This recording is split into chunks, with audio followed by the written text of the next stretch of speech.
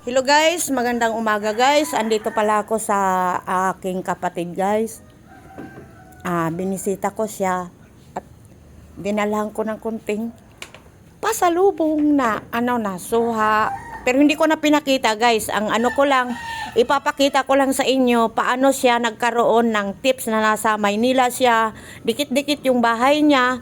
Yung kanyang tips paano magkaroon ng tanim na bayabas guys. Alam mo guys, napakaliit lang yung niya, yung kanyang residential, 100 square meters lang ito, pero ang pinagkakakitaan niya guys ay bayabas, lalo na pag ganitong panahon ng New Year's at bilog-bilog. Andito yung aking kapatid na pang-walo ata ito. Ito. Kaway-kaway ka muna, Teng. Hello, good morning. Mayroon akong mga kasama. Nandito ang aking bayaw na isa. Andito naman aking palalabs. Magandang umaga po sa inyong lahat. At andito yung kanyang asawa ng aking kapatid yan. Ang mga tips niya at aking kukuhaan ngayon ng kunti. Kasi sa akin nga malaki. Yung sa kanila space lang dito sa taas. Yan nga.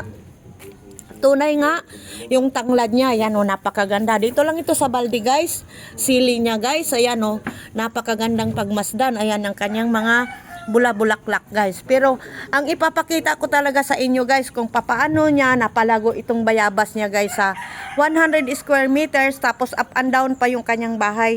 Ito sisilipin ko talaga guys, kasi napakagandang pagmasdan guys yung kanyang mga bunga guys. Ayan o.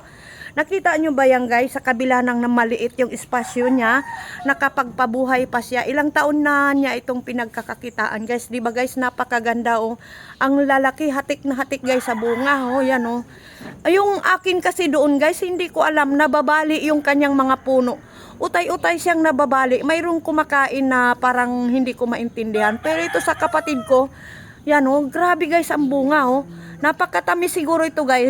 Guys, mamaya ito ngat-ngating ko ito pagka natapos ko na silang ipakita guys. Grabe ang bunga guys oh. Maamis ka oh. Nandito ito sa ibabaw ng bubong niya guys. Yan oh. Guys, may tulay-tulay lang guys, pero ako talagang pinipilit kong mag-akyat rin dito. Humingi ako ng paumanhin yan guys oh. Ayan, tingnan mo guys yung kanyang nilagyan niya guys ng mga kawayan na balag-balag guys. Kaya kukuhain ko rin ito yung tips niya, nalagyan ko ng balag-balag yung sa akin doon guys pagka kasi nga hindi man siya lumalaki yung sa akin na mga kinakain, parang mayroon kumakagat doon sa mga puno, kaya para siyang nalulumpo. Pero ito guys, kukuhain ko talaga yung tips ng kapatid ko. Grabe guys ang bunga guys oh. Hatik na hatik guys oh. Yan oh. 'Di ba? Napakarami guys, kaya dito ako ngayon guys, mag-upo-upo muna, magpahinga muna. Kasi ninenervyos ako guys oh. Kabayuhan ko muna yung guys, parang balsa ng ng bayabas niya oh. Tapos sa baba guys, andyan yung mga orchids guys oh. 'Di ba? Napakagandang tingnan guys. Kahit nasikip-sikip na yung bahay, pero yan, namutik-tik yung bunga niya.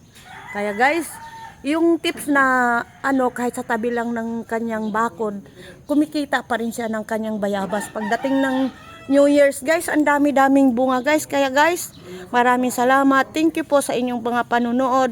Dito pala ako sa bahay ng aking kapatid na pang-7 sa syudad. Kaya ito guys ang maibibigay ko, kahit sa tabi ng bahay pwede pala tayo talagang magtanim. Bye bye guys, see you next time. Maraming salamat sa inyong mga panonood. See you, bye.